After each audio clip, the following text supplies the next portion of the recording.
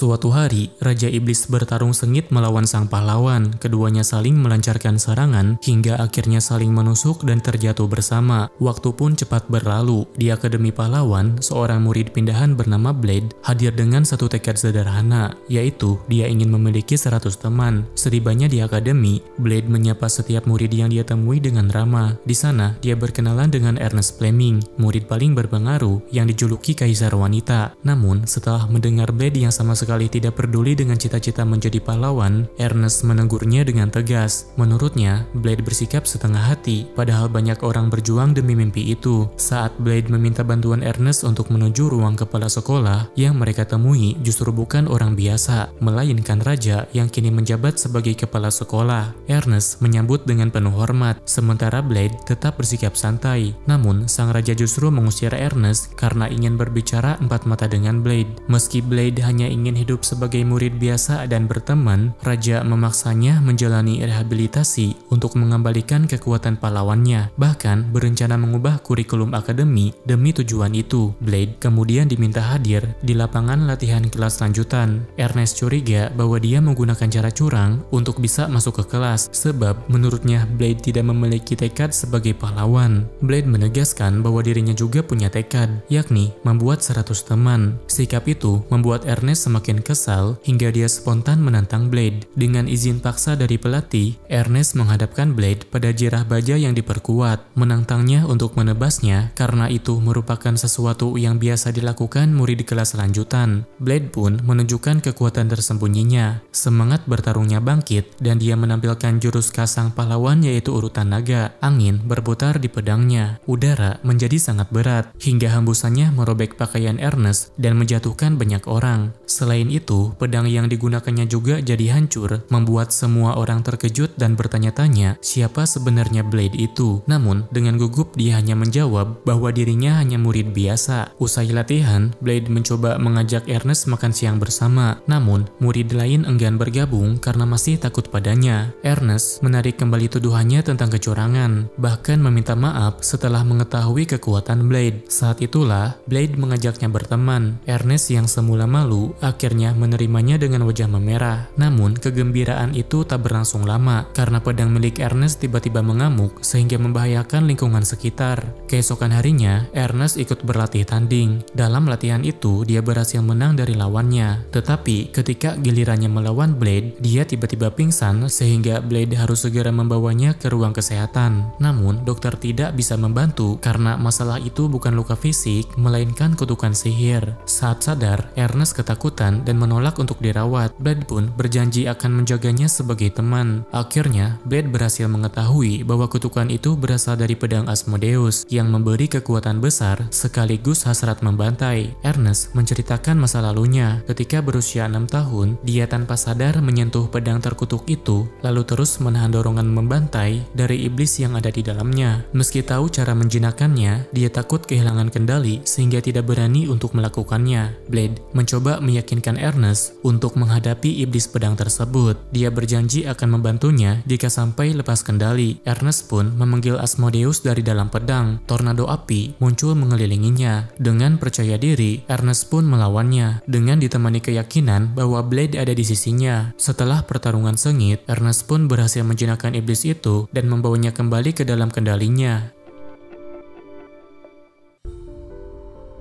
Blade sedang berlatih tanding bersama kedua temannya. Tiba-tiba, Ernest datang memperingatkan Blade agar serius dan segera mengeluarkan pedangnya. Blade merasa ada yang berbeda dari Ernest. Ernest kini tampak lebih anggun setelah mengubah gaya rambutnya. Kembali ke tujuan awal, Ernest meminta Blade berlatih bersama Sophie. Sophie sempat bertanya apakah itu perintah. Namun, Blade menegaskan bukan, tetapi dia hanya ingin membantunya saja. Selama ini, Sophie hanya tahu cara melancarkan pukulan, sehingga Blade berniat mengajarinya agar bisa menggunakan pedang. Saat mencoba menggunakan pedang, Sophie malah terpental. Blade lalu menyarankan agar dia menyalurkan semangat bertarung. Sophie ternyata dapat belajar dengan cepat, hingga pada akhirnya mampu mengendalikan pedangnya sendiri. Dia lalu bertanya apakah dengan berpedang bisa membantunya setara dengan Ernest. Blade menjawab bahwa mencapainya tidak semudah itu. Sebagai balasan, Sophie justru menjatuhkan Blade ke tanah, membuat Blade terkesan dan memujinya. Karena hari sudah larut, Sophie pun mengakhiri latihan tersebut. Di kesempatan lain, Blade berbincang santai dengan Raja. Sang Raja menanyakan siapa teman terdekatnya akhir-akhir ini. Lalu, Blade menjawab bahwa orang itu adalah Sophie. Sang Raja kemudian mengungkapkan fakta mengejutkan. Sophie adalah subjek dari proyek pahlawan buatan yang sengaja diciptakan untuk melampaui kekuatan Blade. Dengan dasar tubuh manusia yang kuat, Sophie dikloning berkali-kali hingga berhasil lahir sebagai ciptaan ke-12.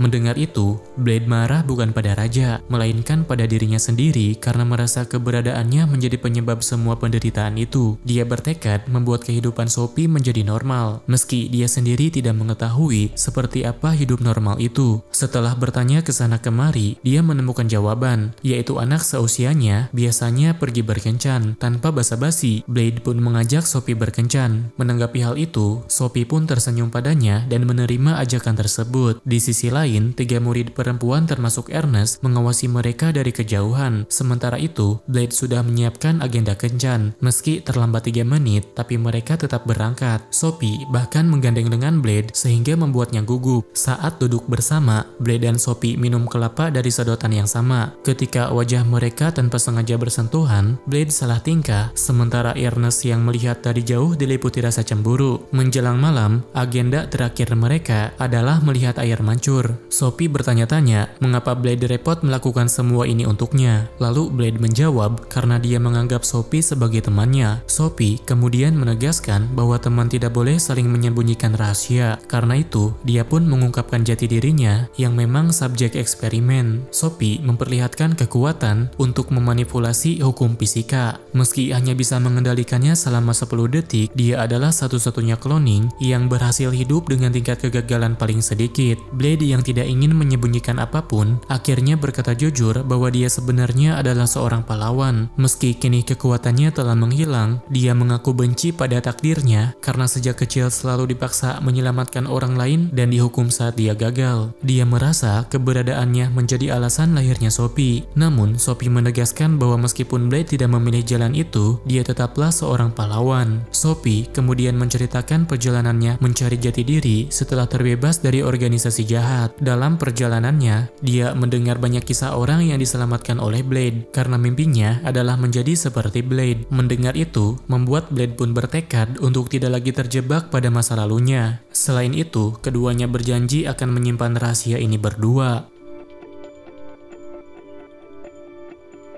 Seiring waktu, hubungan Blade dengan teman-temannya jadi semakin dekat. Bahkan, mereka sering duduk bersama untuk makan siang. Namun, tiba-tiba terjadi getaran hebat. Getaran itu berasal dari seekor naga yang dipanggil Raja untuk latihan murid. Blade datang dengan sepiring nasi kari. Tanpa banyak berpikir, dia memukul naga itu sekali hingga tenaganya melemah. Menyadari bahwa naga itu masih anak-anak, Blade memberinya nasi kari hingga naga itu menjadi tenang. Hal ini membuat murid-murid terkejut sekaligus ketakutan melihat kekuatan Blade. Tak lama kemudian, naga itu berubah menjadi seorang anak kecil yang langsung memanggil Blade sebagai ayah. Hal itu terjadi karena insting naga, yaitu mereka menghormati sosok yang berhasil mengalahkannya. Blade pun menamainya Ku, terinspirasi dari nama kesatria setia dan kuat yang selalu menepati janji. Keesokan harinya, Ernest mendapati Blade bersama anak naga itu. Ernest menjelaskan bahwa perubahan Ku menjadi manusia adalah evolusi langka, di mana naga akan meniru wujud makhluk yang mengalahkannya demi bertahan hidup. Namun, karena kasus ini sangat jarang terjadi, Ernest hampir curiga Blade yang mengalahkannya. Blade buru-buru mengalihkan perhatian dengan mengatakan mungkin naga itu sebenarnya sudah dikalahkan oleh orang lain. Sejak itu, Ku menjadi anak yang sangat manja. Dia hanya mau makan jika disuapi oleh Blade, bahkan marah ketika Kurea mencoba menyuapinya. Hal ini terjadi karena suatu alasan. Dia tidak suka dengan manusia yang dianggapnya lebih lemah. Ku kemudian berkeliling sekolah dan bertemu murid-murid yang sedang berlatih. Mereka mengajaknya bergabung berlatih. Namun Ku menolak mentah-mentah, menyebut mereka tidak sebanding dengan Blade. Hal ini membuat Ernest semakin khawatir dan menegur Blade untuk meninggalkannya. Namun, Blade menolak meninggalkan Ku sendirian, sebab dia mengetahui bagaimana rasanya hidup tanpa orang tua. Mendengar itu, Ernest hanya terdiam, sebab dia juga pernah merasakan kesepian yang sama. Suatu malam, Blade dan Ku menatap bulan bersama. bersama. Blade menyadari bahwa sebenarnya Ku ingin berteman, tetapi sifat alami naganya membuat dia enggan mengakui orang-orang yang lemah. Keesokan harinya, Blade mencari Ku dan menemukannya sedang bermain boneka di kamar. Anehnya, semua boneka itu dia namai sesuai dengan teman-teman Blade di akademi. Bahkan, di sana ada nama-nama murid yang Blade sendiri tidak ingat. Blade menyadari bahwa Ku sebenarnya ingin memiliki teman, hanya saja ada sifat alami naga yang menghalangi. Blade pun merasa gagal karena tidak bisa memahaminya. Ernest lalu menegur Blade karena selalu mencoba menyelesaikan segalanya sendirian. Selain itu, dia menekankan bahwa Blade juga harus belajar mengandalkan teman-temannya. Tergerak oleh ucapan itu, maka keesokan harinya, Blade meminta bantuan para murid untuk bersama-sama menghadapi Ku. Awalnya, mereka ragu-ragu, tetapi Blade memohon agar semua mau membantu demi menjadikan Ku bagian dari mereka. Akhirnya, para murid setuju. Bagi seekor naga, manusia memang makhluk berkelompok. Jadi, bila mereka bekerja sama dan berhasil mengalahkannya, Ku tetap akan menganggapnya sebagai kemenangan. Beberapa saat kemudian, pertempuran melawan Ku dimulai. Anak naga itu menyemburkan api dari mulutnya, membuat para murid panik dan berlarian. Ernest segera mengambil alih komando, menyerang Ku sembari berteriak agar semua murid tetap menjaga formasi. Ku sempat lengah. Panah-panah menembus udara ke arahnya, disusul peleton lain yang mengayunkan pedang bersamaan. Namun, serangan itu masih belum cukup untuk melukai sisik tebalnya. Lalu, Ku mulai mengamuk. Melihat kesempatan, Sophie berlari dan menghantamnya dengan tinju, lalu dilanjutkan serangan api dari pedang Ernest. Hasilnya, semua murid bisa langsung menyerang secara bersamaan. Pedang iblis Ernest sempat ragu menghadapi kekuatan naga, namun Ernest menegurnya agar tidak menjadi pengecut. Leonard mencoba membantu, tetapi tubuhnya terpental akibat kerasnya sisik naga. Saat Ku hendak terbang, Ernest kembali menahannya, sementara Sophie menekan dengan kekuatan gravitasi. Semua murid lalu menyalurkan kekuatan mereka ke pedang Ernest.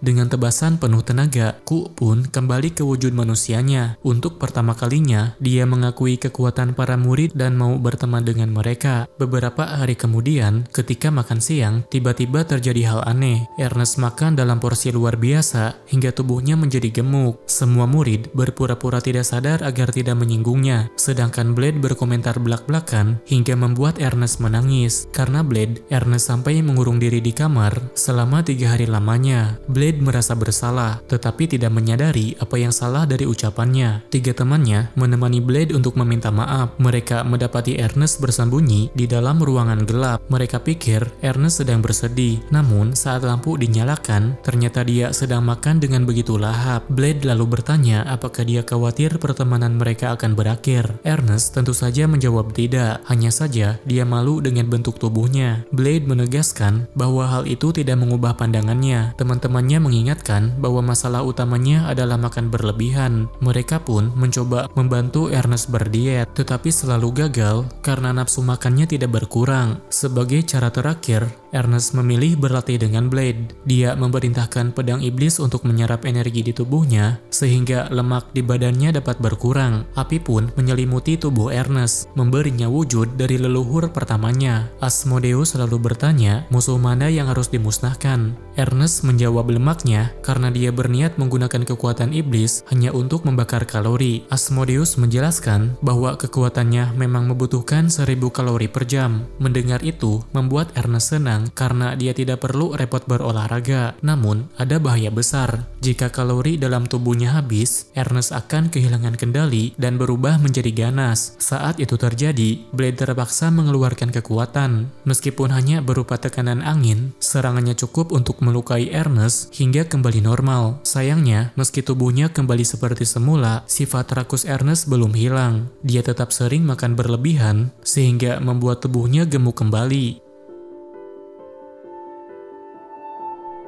Blade sedang menjalani pemeriksaan rutin. Hasil menunjukkan kondisi tubuhnya semakin membaik, namun tetap ada batasan. Jika dia menggunakan lebih dari 30% kekuatan aslinya, maka nyawanya bisa terancam. Suatu hari, ketika berjalan di lorong, Blade bertemu Maria, gadis ceroboh yang tiba-tiba meminta tolong padanya untuk membunuhnya. Awalnya Blade terkejut, namun kemudian Maria menjelaskan bahwa dirinya bukan manusia biasa, melainkan keturunan iblis. Dia merasa kesulitan mengendalikan makhluk mengamuk dalam dirinya. Dan jika suatu hari dia benar-benar mengamuk, dia ingin Blade yang mengakhiri hidupnya. Mendengar hal itu, Blade langsung menerima permintaan darinya. Namun, dia tidak sendirian. Teman-temannya juga bersikeras ingin ikut membantu Maria. Menjelang petang, mereka menyiapkan area latihan dengan lapisan pelindung. Maria masih ragu melepaskan kekuatannya, tetapi Blade meyakinkan bahwa dia tidak sendirian. Ernest menambahkan bahwa mereka semua bisa dipercaya, sama seperti saat dirinya sendiri yang pernah kehilangan kendali. Perlahan, Maria pun membulatkan tekad dan mulai membuka segelnya satu persatu. Namun, kekuatan itu terlalu besar. Maria malah berubah sepenuhnya menjadi sosok iblis yang sangat mengerikan.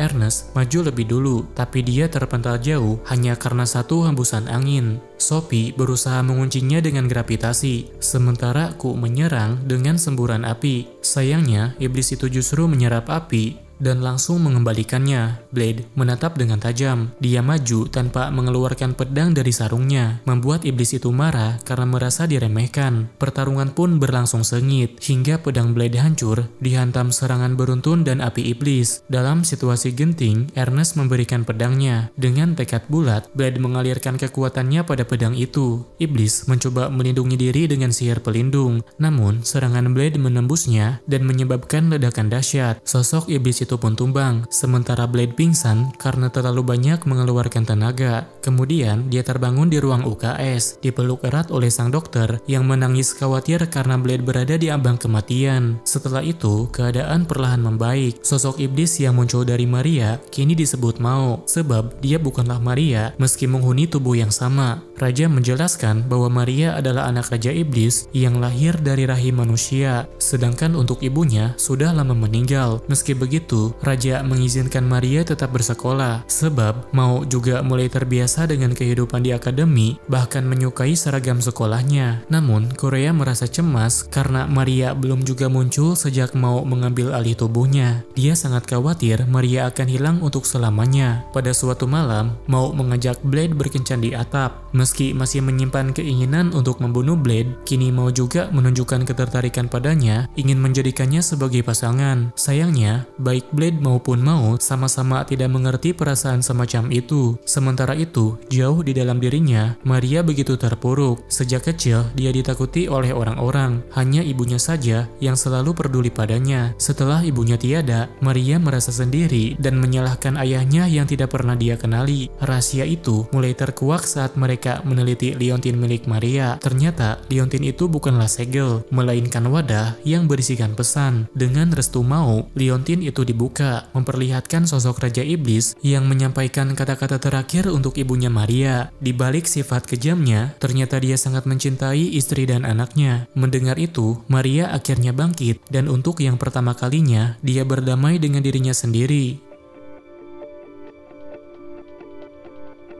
Blade dan teman-temannya sedang berjalan-jalan. Ketika mereka bertemu seorang manusia berbadan kuda, Blade langsung mengenalinya. Dia adalah Dion, rekan satu timnya saat masih menjadi pahlawan. Dion hampir saja membocorkan identitas asli Blade. Namun, Blade cepat-cepat mengalihkan perhatian pada barang bawaan yang tersangkut di bawah jembatan. Keesokan harinya, Dion resmi menjadi pengajar di Akademi Pahlawan. Semua murid merasa kagum padanya, sebab Dion adalah jenderal terkuat yang bahkan bisa menghancurkan Dewi Besi. Teman-teman Blade penasaran dengan hubungan keduanya. Dion berusaha menutupinya. Dia hanya menceritakan bahwa dulu mereka bertemu saat Blade masih berusia 5 tahun, dan waktu itu Blade menggigit pantatnya karena mengira Dion seekor kuda. Dia juga mengenang masa-masa bertarung bersama pahlawan, meski merasa kecewa karena tidak bisa menemani pahlawan saat melawan Raja Iblis sendiri. Di hari yang berbeda, terlihat burung raksasa terbang di langit. Awalnya, mereka tidak berbahaya.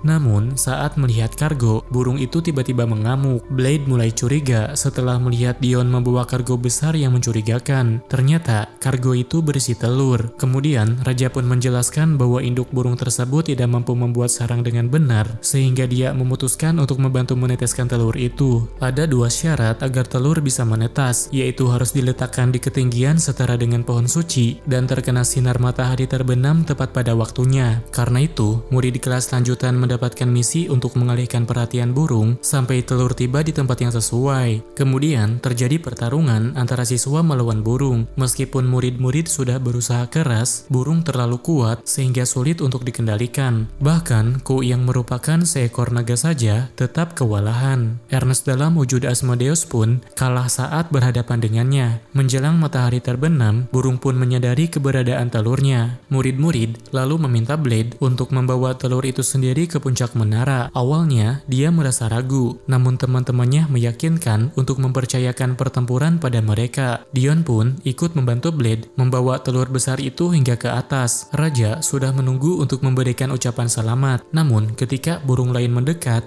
barulah terungkap bahwa raja pernah berhutang budi pada burung tersebut dan kini dia ingin membalas dengan melindungi telur mereka. Blade kesal karena raja tidak jujur sejak awal. Saking kesalnya, dia bahkan sampai memukulnya hingga terpental. Sophie datang menghentikan waktu, memberi kesempatan bagi Blade untuk mengeluarkan kekuatan dan membuat burung itu pingsan. Sesaat kemudian, telur besar itu menetas dan terlahirlah sepasang anak burung. Begitu membuka mata, keduanya langsung melihat ke arah Blade dan menganggapnya sebagai orang tua mereka. Dengan gembira, Blade terbang bersama anak-anak burung itu. Situasi ini membuat Blade merasa senang karena dia kembali mendapatkan teman baru. Raja memperkenalkan sistem virtual reality untuk latihan kelas lanjutan. Dengan sistem ini, para murid bisa mengeluarkan seluruh kekuatannya tanpa khawatir melukai orang lain. Namun, Blade merasa tidak nyaman. Dia sulit membedakan antara kenyataan dan simulasi, takut tanpa sengaja benar-benar melukai temannya. Untuk menguji mereka, Raja mengubah latar latihan dan memberikan berbagai misi. Dalam misi itu, para murid harus bertarung hingga tersisa satu orang terakhir. Pemenangnya akan mendapat hadiah berupa kebebasan dalam menggunakan sistem VR. Kemudian pertarungan dimulai. Ernest yang biasanya penuh kendali kali ini terlihat haus darah. Dia tidak menahan diri dan menjadikan Blade target utamanya. Dengan wajah beringas, dia mulai mendekatinya. Namun Blade tetap tenang. Dia meladeninya lalu mengeluarkan jurus kilatan angin yang membuat Ernest langsung kalah sebelum sempat menyerang. Pada akhirnya hanya Blade yang tersisa sebagai pemenang. Meski demikian, para murid tidak menyukai ide raja kali ini. Blade menggunakan alat VR tersebut untuk menghukum sang raja. Sementara itu, suasana di akademi sedikit berubah. Clay dan Kasim terlihat murung. Mereka kalah dari Jessica dan Korea bukan hanya dalam kekuatan, tapi juga dalam harga diri. Kekalahan terasa lebih berat karena keduanya menaruh hati pada lawan mereka. Clay ternyata menyukai Jessica, sedangkan Kasim menyukai Korea. Di sisi lain, para murid perempuan berkumpul bersama. Jessica dan Korea bingung bagaimana caranya membuat Clay dan Kasim tidak murung lagi. Awalnya sempat terlintas ide untuk bertanding ulang lalu pura-pura kalah, tapi mereka menyadari itu hanya akan memperburuk keadaan. Clay dan Kasim akhirnya bertekad untuk berlatih lebih keras. Mereka meminta bimbingan langsung kepada Blade agar bisa meningkatkan kemampuan mereka. Dengan penuh semangat, keduanya pun berlatih siang malam. Di hari tanding ulang, Clay dan Kasim berjanji pada diri sendiri jika menang mereka akan mengungkapkan perasaan mereka. Pertandingan berlangsung dengan sengit. Di awal mereka sempat mendominasi, namun situasi pertandingan segera berbalik. Jessica menghempaskan api dari kipasnya, sementara Korea memperkuat palunya dengan menambah massa. Serangan itu membuat avatar Kasim hancur lebih dulu. Clay bertahan sendirian, namun Jessica menyerang bertubi-tubi hingga dia pun kalah. Meski begitu, Clay tersenyum menerima kekalahan tersebut. Pada akhirnya, mereka semua saling bersalaman dengan sportif. Suatu hari, sekolah kedatangan robot misterius yang menggemparkan para murid. Bukannya takut, murid-murid malah menganggap robot itu sebagai robot yang menggemaskan. Namun, tujuan kedatangannya sebenarnya bukan main-main. Robot itu datang untuk mencari Blade. Berbeda dengan teman-temannya, Blade justru merasa terganggu. Tanpa ragu, dia menyerang robot itu hingga hancur berkeping-keping. Ernest marah besar, menilai Blade terlalu kejam terhadap robot yang tampak tak berdaya. Namun, Blade menjelaskan bahwa robot itu bukan sembarangan mesin, melainkan guardian, penjaga perpustakaan rahasia milik raja. Meski Blade berkali-kali menghancurkannya, robot itu selalu kembali ke bentuk semula. Ernest akhirnya menahan Blade agar tidak menyerangnya lagi. Tapi dari pengakuannya, misi robot tersebut memang untuk menargetkan Blade. Korea mendekat dengan sikap lembut. Dia mencoba melakukan sesuatu dan berusaha menjadikannya teman. Meski diancam akan dimusnahkan, Korea tetap mengulurkan tangan dan memberi nama Iona padanya. Lambat laun, Iona Iona mengungkapkan alasan sebenarnya dia mencari Blade. Blade kerap memasuki zona terlarang yang dia jaga, yaitu perpustakaan raja. Meski memiliki Master Key, Blade tidak memiliki autentikasi biometrik ataupun kode genetik. Karena itu, setiap kali dia menerobos masuk, Iona selalu berusaha menghentikannya. Para murid kemudian mencari cara mengalahkan Guardian. Lalu, mereka menemukan bahwa jiwa Iona tersimpan di luar tubuh robotnya. Itu sebabnya, meski tubuhnya hancur berkali-kali, dia bisa bangkit kembali. Untuk melemahkannya, mereka harus memasukkan jiwa itu kembali ke tubuh robotnya. Dalam duel 1 lawan 1, Iona sendiri justru mengungkapkan kelemahannya pada Blade. Dia bertarung habis-habisan, sementara Blade menahan diri agar tidak menggunakan kekuatan penuh. Akhirnya, Blade kalah bertarung, dan seluruh murid bersorak menyambut kemenangan Iona. Namun setelah itu, Iona tampak murung. Saat bertarung, dia telah memutuskan jaringan dengan mother komputer atau server utama yang mengendalikannya. Saat mencoba menyambungkan kembali, aksesnya langsung ditolak. Tanpa kendali pusat, Iona kehilangan arah hidupnya. Lalu, dia memohon agar Blade mau menjadi masternya dan mengancam akan menyerang siapa saja jika permintaannya ditolak. Blade pun tidak punya pilihan lain selain menerima. Kehadiran Iona membuat Sophie cemburu. Dia merasa jika posisinya sudah tergantikan oleh Iona. Keduanya lalu berlomba menunjukkan siapa yang paling layak berada di sisi Blade. Namun, seiring waktu, Sophie dan Iona mulai saling memahami. Keduanya sama-sama menyimpan kesepian, dan pertemuan dengan Blade membuat dunia mereka terasa lebih berwarna. Dari rasa yang sama itu, mereka akhirnya berteman. Sayangnya, menjadikan Blade sebagai master hanya memperlambat proses penghancuran diri Iona. Sebagai permintaan terakhir, dia ingin menikmati hari-hari terakhir dengan teman-temannya. Murid-murid pun mengadakan pesta khusus untuknya. Kemudian, hari perpisahan pun tiba. Namun, ledakan yang ditakutkan tak kunjung datang. Saat semuanya bingung, Blade muncul dari bawah tanah. Ternyata, dia telah menemukan mother komputer dan berhasil membujuknya agar tidak menghancurkan Iona. Mendengar hal itu, Iona menangis lega dan memeluk Blade erat-erat.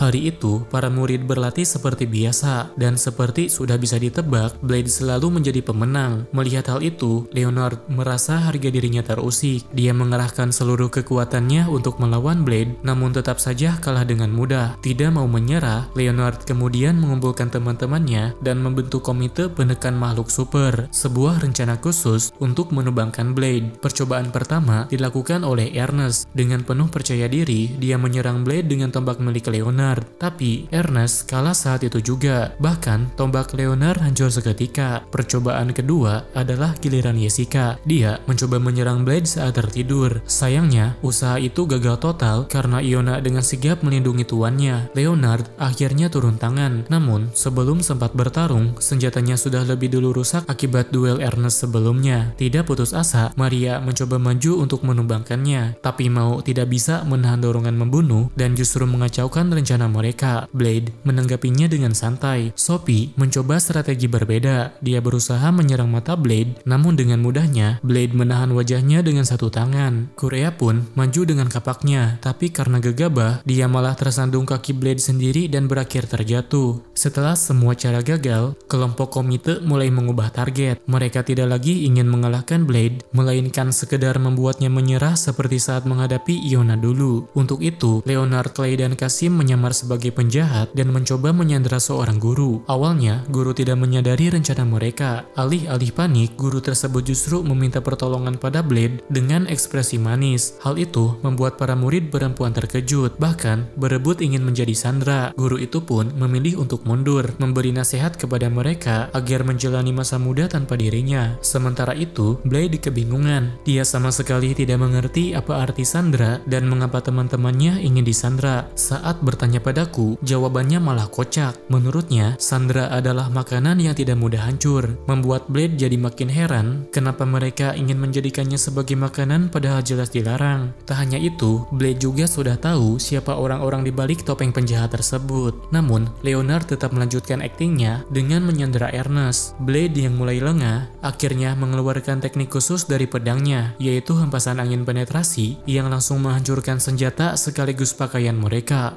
Dalam situasi ini, mereka tidak punya pilihan selain menyerang bersama-sama. Tapi seperti biasa, mereka semua tetap kalah oleh Blade yang bahkan tidak menghadapinya dengan serius.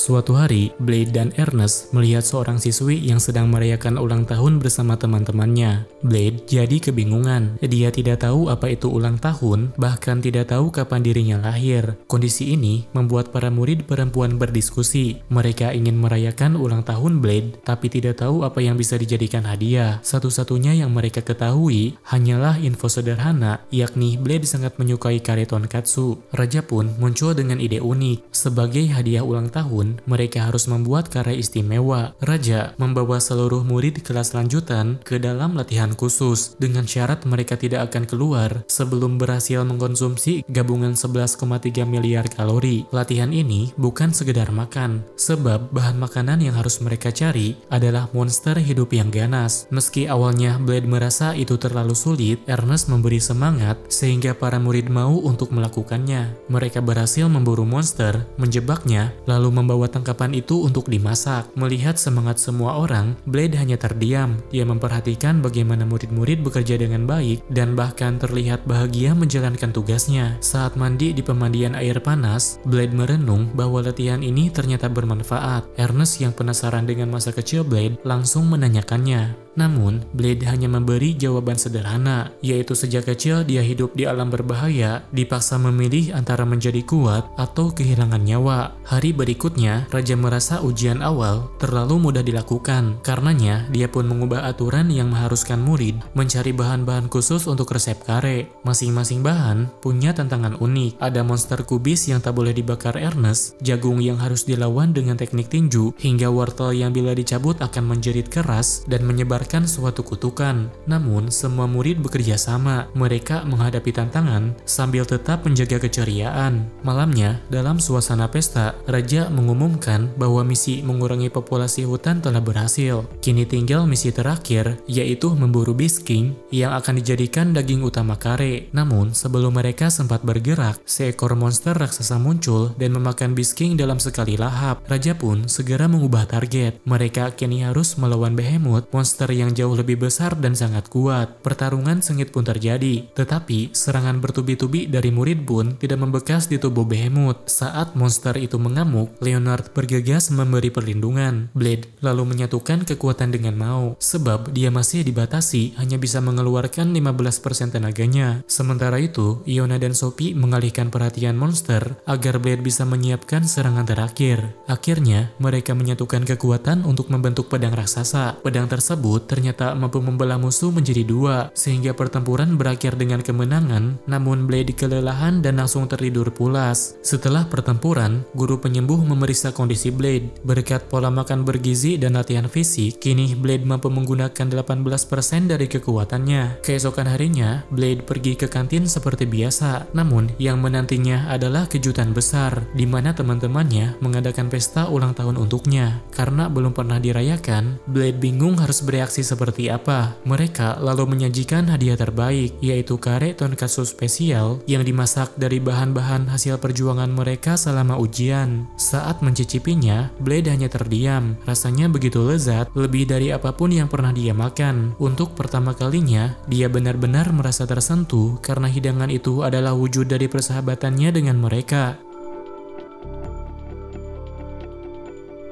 Clay berlatih sesuai instruksi Blade. Tiba-tiba, seseorang yang mirip Sophie muncul dan menirukan jurus itu dengan sempurna. Namun, Sophie yang asli segera datang dan melindungi Blade dari serangannya. Menyadari kehadiran banyak orang, duplikat Sophie itu pun segera pergi. Tak lama, identitasnya segera terungkap. Dia adalah Une, yang merupakan salah satu dari 5 duplikat Sophie. Mereka bukan hanya pengintai, tetapi juga memiliki misi untuk pembunuhan. Sementara itu, seorang gadis kecil bernama Eliza sedang menguji sebuah alat. Alat itu berfungsi untuk menyimpan semangat bertarung atau kekuatan. Tak lama, duplikat lain bernama Quarte muncul. Sejak datang, dia sudah meminta hal yang aneh, seperti ingin diajari membuat anak. Tapi, Blade yang masih polos tidak mengerti apa maksudnya. Quatre lalu menyerang dengan sengit, namun tetap gagal membunuhnya. Setelah itu, Sophie yang asli datang ke sana. Dari sini, mereka baru sadar bahwa target utama para duplikat adalah nyawa Blade. Sophie pun bertekad melindunginya. Di sisi lain, para duplikat Sophie dan seorang ilmuwan terus merencanakan pembunuhan Blade. Malam harinya saat Blade tidur, Sophie mendekatinya. lawannya. Yuna yang berjaga langsung mewaspadainya karena tidak mengenali aura Sophie. Sementara Sophie hanya ingin memastikan keadaan Blade sebelum maju bertarung.